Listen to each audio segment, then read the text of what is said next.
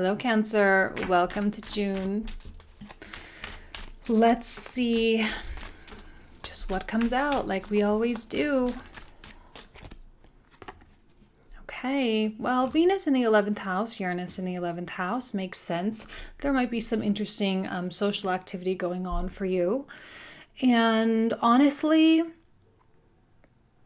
I think this is a really good in the meantime type of thing to do. Just so long as you're not overdoing anything. Okay, what I mean by in the meantime is, look, I know that Cancer has a lot of ambition and they are trying to figure out where this path is supposed to go, trying to figure out what to do in some way, shape, or form. There's something that, like, you have this wide open space and you're like, I don't know which. Should I go left? Should I go right? Should I just go straight forward? Or should I go back to where I came from or whatever? So while that kind of weird energy is settling and the path becomes more clear for you, being with friends, being out there, being social, having conversations so that you can see the world from other people's perspectives, because maybe you'll pick up on something, maybe someone will say something that'll make something click. That'll be really great for you. As long as you're not overindulging in anything, if you're drinking too much or too much caffeine or sugar, or maybe you're being a little too lazy, or, maybe you're watching a little too much Netflix or whatever kind of vice is going on, it might be a good idea for you to just put that in check a little bit, because your receptors aren't going to be open. Keeping yourself busy and occupied with work and kind of the more mundane things, or better yet, creative projects, is going to serve you a lot better. Okay? Definitely going to serve you a lot better.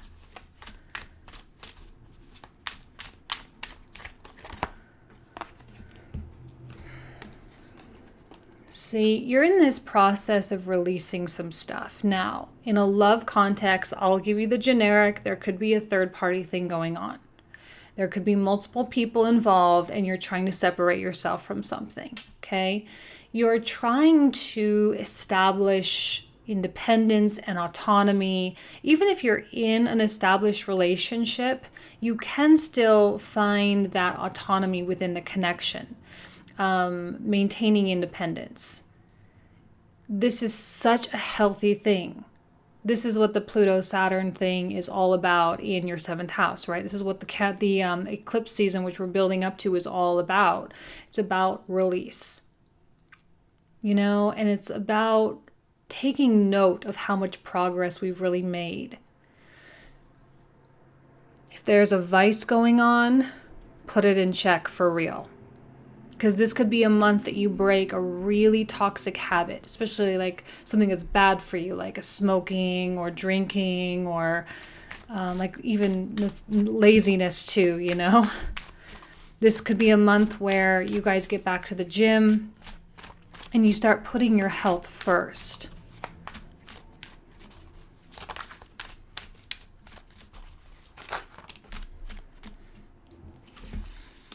There's anxiety about something.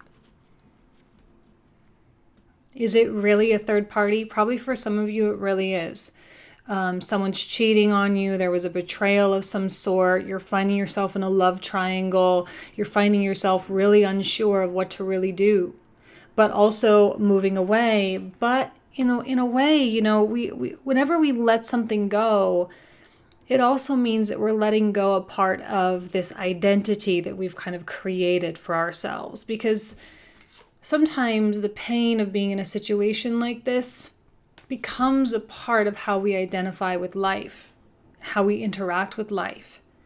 So you're being asked to really let that go. And some Cancers are like grabbing on for dear life and being like, no, I'm not going to let go of this idea of who I thought I was. Guys, Sun in the 12th house. That's what happens. Sun in the 12th house completely dissolves your identity. That's the Neptune ruled house in, Sun going through a Neptune ruled house. So subconscious things coming up. And it is a time for purging.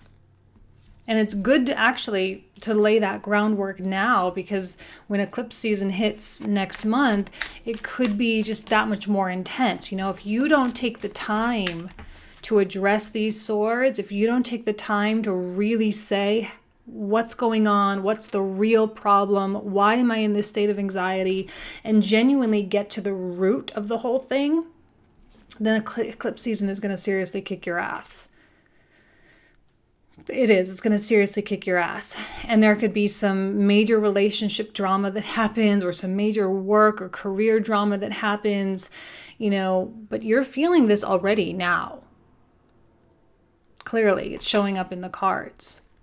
So you have to look at the swords, look at the thoughts and trace them back.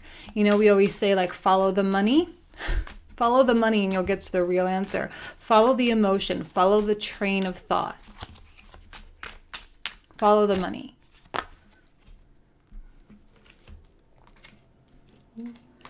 So much like, are you dealing with a Gemini person or like an air quality person? Some of you might be, or you may be taking on the Knight of Swords. Some of you desperately trying to get away from any kind of pain, or desperately trying to get away from any kind of feelings that don't feel good.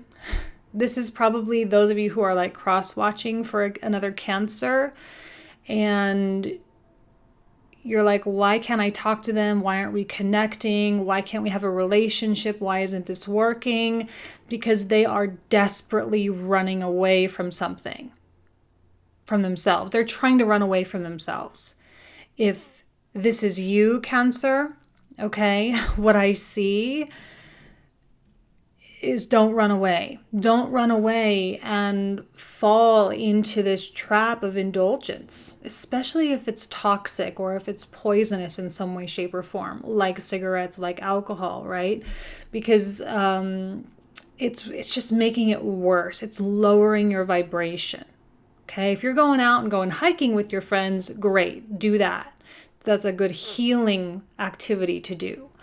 But if it's poisonous in some way or altering in some way, stay away from that with I wouldn't touch that stuff with a 10-foot pole this month. You can't run away from yourself. Okay? Positively manifested Cancerians who are exhibiting this energy, this Knight of Swords energy, they may be really productive this month. Like, go, go, go, go, go. Mars is in my sign. I'm going to attack stuff. I'm going to go do this. I'm going to create all this stuff that's happening. I'm going to go put out a whole bunch of opportunities and create opportunities for myself. And they're just like going, going, going, going. And they seem to be allowing this devil to release itself, but they are still looking in the opposite direction from the Nine of Swords still. They're still kind of running away from the stuff that's really bothering them. So if you're feeling disturbed or nervous or low energy, it's time for you to really ask yourself why. It's time for you to follow the money. Trace it back to the origin.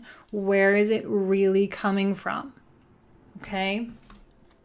What is the insecurity? What is the thing with your ego and all of that? Okay, 12th house time is always kind of a weird time. So you're on the docket now. Mercury in there too. And you may be receiving, lucid dreaming or excessive daydreaming. You may be feeling like, oh my God, like, where's my mind? I can't focus. Super common with 12th house stuff. I should know I've got a natal 12th house sun and Mercury and Mars. So I'm all like, woo, all the time, like way in the clouds all the time. And so for you, this is a time to allow the subconscious stuff to come up, it's almost like subconscious vomit. It's just going to like bleh, come to you and smack you in the face. 12th house sun. It's to illuminate the things that are hidden way back there. Because, when you start analyzing the difference between conscious mind and subconscious mind, not that they're essentially two different things, because they're really all just mind, but the subconscious mind contains so much more information. So sometimes it can feel like you're trying to drive through a brick wall in 12th house activity, but you just got to kind of let it happen. And there may be something that does happen, maybe an event of some sort. Something comes in, someone says something, someone triggers you, and that's going to bring it to the surface so that you can heal from it. Initially, you might feel like, oh my God, I can't believe this person said this. Maybe you get offended. Maybe you feel jealousy. Maybe you feel frustrated. Maybe something in public happens, and you're like, oh my God, I can't believe everyone knows. There's some kind of exposure, maybe. Sit back. Analyze the pang that you feel, and allow the subconscious stuff to just flow through, because that's healing. It's healing. Stuff needs to come into the forefront. It needs to come into the consciousness so that it can be dealt with, and detachment can begin to truly happen. It's amazing when you start doing shadow work how much stuff that you don't even know you're attached to. Some of you may be doing a lot of shadow work right now, or it might be a good recommendation for you, right? To do shadow work, to talk to your ego, to talk to that little inner child who's just afraid, and just kind of give it a big hug and say, you know what, it's going to be okay. Because if you do the Knight of Swords thing, so much subconscious stuff coming out. It's all like the moon energy, just like it's your sign, right? It's your planet. So it's so connected with Cancerian energy and the memories, right? Fourth house. A lot of people say that Cancer and the fourth house, it's the home and family and like where you came from. But I always kind of scale it way, way, way back. And it's really the connection or the lineage, the ancestral lineage, and just your lifetime upon lifetime upon lifetime of memories and energetic sort of formation that comes through there. That's you guys. So here we have two moons, right? She's got the moon under her foot here. And it's like, it's time to get a control over that moon. Time to get control over those memories. Time to take control over those things that have had control over you up till now. That's what these eclipses really mean for Cancer. Taking control of the subconscious mind. Flipping the script a little bit. Like for real. Cancer, I just had a flash of something with this Knight of Swords if this is not you, okay?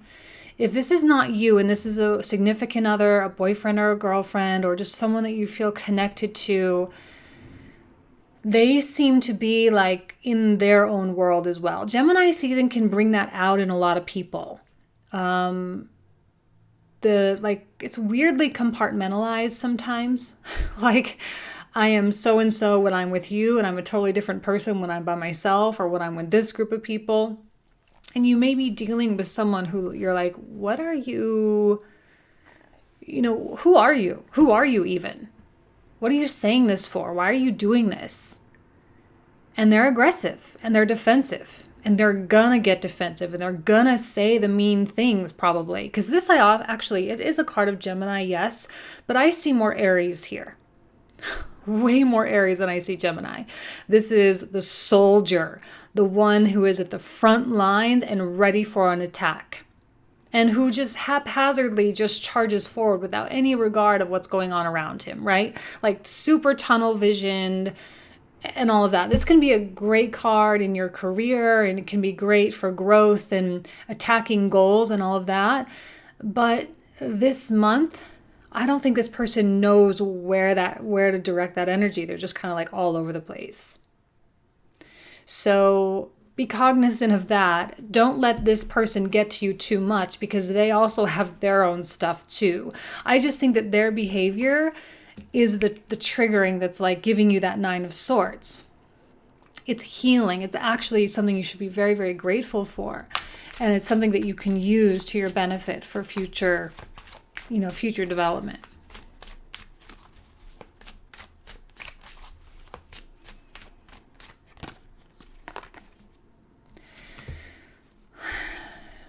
See, I know that you are so ready for something brand spanking new. Like, it is not a good time to be recycling boyfriends or girlfriends or recycling old ideas or pulling things up out of things that you trashed a long time ago. This is not a time for that kind of stuff. This is a time for brand spanking new opportunities, things that you've never done before with people you've never met. And I know that you're ready. Emotionally, spiritually, mentally, you are ready. If you do the work and you follow the money and get to like the root origin of where these swords are really coming from, all you have to do is acknowledge it. That's all it takes. It's just the awareness that sets you free. This is a card of the freedom. This is a card of standing on the edge of everything that is familiar to you and getting ready to embark upon the unfamiliar. Are you ready, Cancer? Like, seriously, are you ready? I think you are. There's this itch, this drive of like, oh, come on, let's go. This is Mars. This is the quality of Mars. Now, if you don't have Mars in Cancer in your natal chart, this could feel a little like a very abrupt energy of like, what was this part of me? Who is this? Like, I don't even recognize myself. Like, you're changing so fast. You're becoming so, so passionate about things. And it's like, wow, I didn't even know I had this in me. So this is really exciting. And I think you have the wherewithal. You have all the knowledge that you need.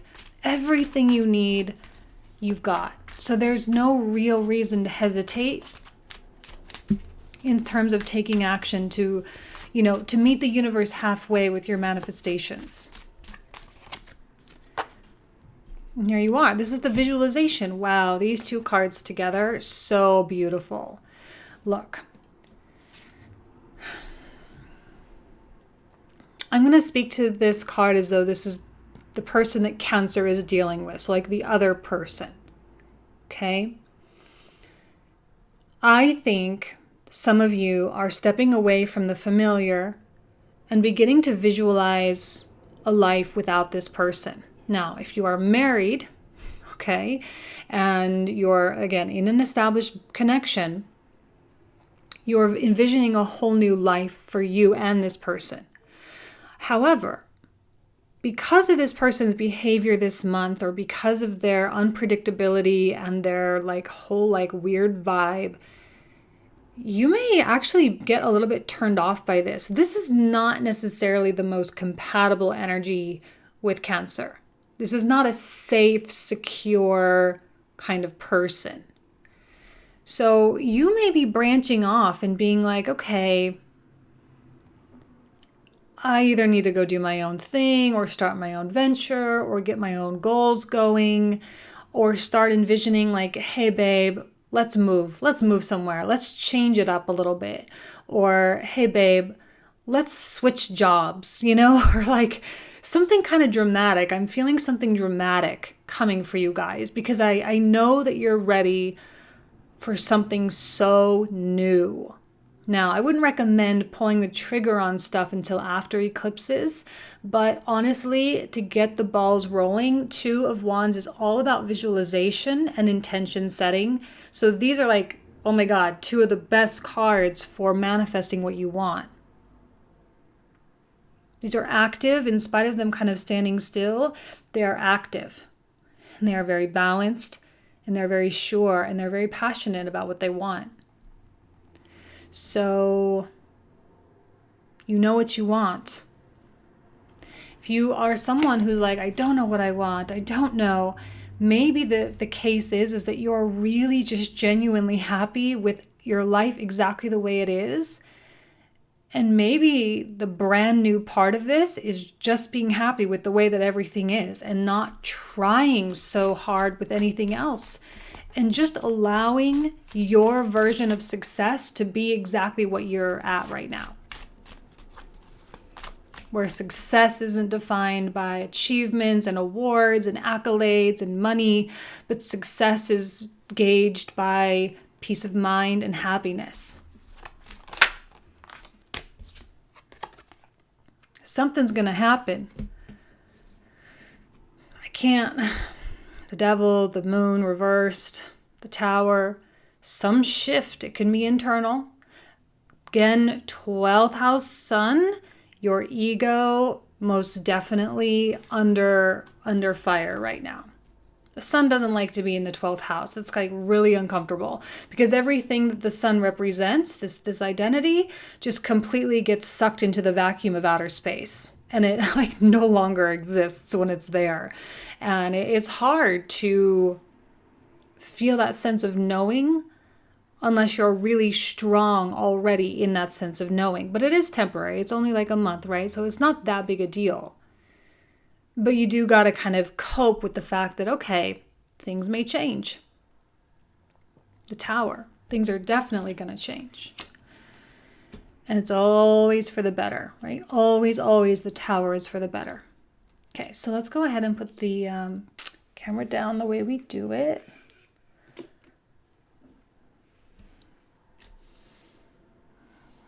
Okay, let me switch the camera over. Whoops. Sorry, guys. This is my super janky setup that I've got. Okay. Here, let's go ahead and pull out the supplemental content.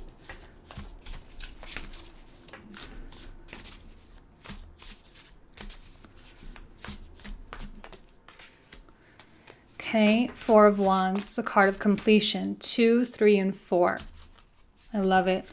I love it because it's actually cardinal fire, which is Aries, which makes sense, right? The numbers 2, 3, and 4 of the tarot represent the cardinal of their element, so cardinal fire. And the Hermit. Well, yeah, 12th house stuff. When you're going through this, you're gonna hermit, for sure. You're gonna take that time to analyze, to break things apart, to follow the money, connect with the origin of where these swords are really coming from, the emotions. Why do you feel anxious? Why do you feel jealous? Why do you feel sad? Why do you feel insecure? And really get to the root of it once and for all. Because after these eclipses leave, right, after the North and South node leave Cancer, Capricorn and enter into Sagittarius, Gemini, you know, you're essentially a reinvented kind of person if you allow reinvention to happen. Like Rahu, or the North Node, is not a quiet planet. It doesn't come through peacefully. You know, it doesn't. Just ask, you know, your Leo friends or your Aquarian friends who just went through that the past couple of years, you know. You let stuff go during this time. You are coming to completion, coming to a place where there's really nothing that you need. Anything that comes in at that point is then extra. This is you coming to the place of like, okay, well, now you don't need anything, right? When you don't need anything is when you're free to have everything. But you have to release the attachments, because when you have the attachments to certain things, you're always going to be reaching. You're always going to be striving. And when you're always reaching and striving, then you're never complete. Okay? Let's see what the astrology cards have to say.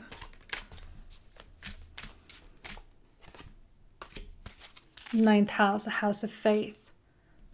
Well, faith in the process, for sure. Faith in the lessons. Faith. See, I think what these are, actually all four of these, also with the tower, all five of them, I guess. What they really are is the universe is asking you to let go of the side of the cliff and to fall into the abyss. Right? The abyss of the unknown, the abyss of like, who am I going to be without this person? Or who am I going to be without this lifestyle? Or who am I going to be if I'm a certain way? Or if I'm not a certain way? Who am I going to be if I actually get the things that I want? Which sounds so silly. And a lot of us think, okay, let's call it a fear of success maybe. A lot of us look at that and like, I'm not afraid to be successful. I'm not afraid of this. I'm not afraid of that. But you might just be if you're too afraid to let go of who you were. Because this is inviting in so much potentiality, so many possibilities. This is my Sacred Spirit deck. So pretty. Oh my gosh, can we just talk about the yellow card of this? I love this card so much. Between Worlds and New Directions. I'm going to read this from the book because it's still kind of a new deck and I'm still learning all the definitions. So I'll just read the first little paragraph here. The ancient soul of the sea turtle travels on many journeys throughout its physical life. The hard shell of the turtle is its home and protection. Makes sense for you guys, which are crabs, right? Across many religious and cultural groups, turtles can be viewed as good or bad omens. They are often visualized as the bridge between heaven and earth and the guiding spirit that supports the world and its people. Oh, I'm going to keep going, sorry. Turtles are independent travelers. Always pushing forward in new directions. The nature of the sea turtle encourages exploration and experimentation at a steady pace. Patience is needed now as you encounter new opportunities that will directly affect your life decisions. While the turtle represents the patience of life and waiting for the right time, you are encouraged not to wait too long. I think when Cancer season hits, and it's your solar returns and you've got the sun coming through your first house or it's connecting with your moon, I think that's going to be the time when you know that you are entering into your new world. Patience throughout Gemini season, because the sun in the 12th house is going to drain your vital energy a little bit. It's going to help you achieve clarity and give you time to get rid of that stuff once and for all, but not too long. You have to keep swimming. You have to keep moving forward. And that's what this is all about. So that's beautiful. And I actually love this too, 9th house, which is also a card of Sagittarius, right? So we have that setting the arrow, right? Setting the intention. Letting that arrow go, right? Hitting the targets. Okay. So I have a new platform for the comprehensive readings. The cards that I'm pulling out now will be for the comprehensive reading. If you feel like visiting my website for that, I'll go over these. It's like another 20 to 25 minute reading. If you have any issues getting the link, please email me right away. I'm still trying to figure it out why my website's been having so many issues. Let's think about the 3 of Cups now. I think you're going to have some temptation. Right? Temptation to, what did I say before? To recycle. Some temptation to recycle people, to recycle emotions. Beautiful. So this is the liberation from the devil. So it's going to happen fast. It's not a long dwelling thing. It's just clearing you of a single blockage. Or a few blockages that you need space for. Oh, Tower again. So, okay, Tower could be big. It could mean something in your relationships. It could mean something with your job. It's nothing to be afraid of. It's something to be embraced because it is the universe looking out for you. It's probably something that needed to break for a long time and you knew it. You knew it. You knew it needed to break and you didn't break it yourself. So now the universe is doing it for you. Okay, 4, 4, and the number 4. A lot of stability coming through there.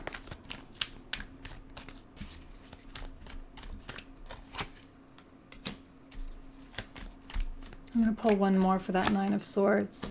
Okay, beautiful. Let's look at the Knight of Swords here. The Knight of Swords is the problematic either part of you or the problematic person that you're dealing with.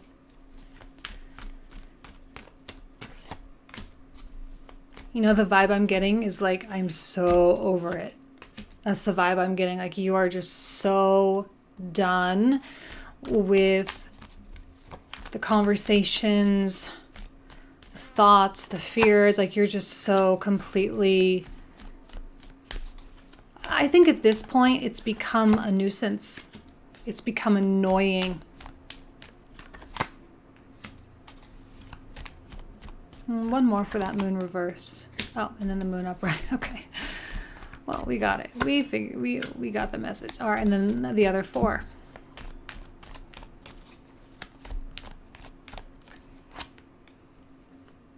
Oops. Lovers reversed. Knight of Wands. Is the Knight of Wands the same person as the Knight of Swords? I think so. Or 2 different people.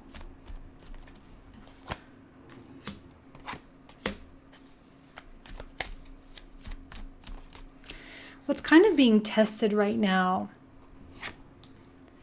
is your resilience. The resilience of your soul and your awareness. Interesting. That's the patience coming through, which we talked about with that. Let's look at the Tower. Oh my God, I'm so happy this is over. I'm so thrilled for you. Oh, beautiful.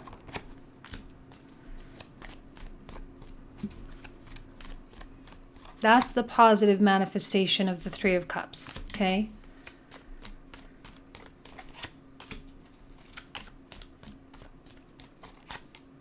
I think you're coming out like the kings. I think all these kings are you.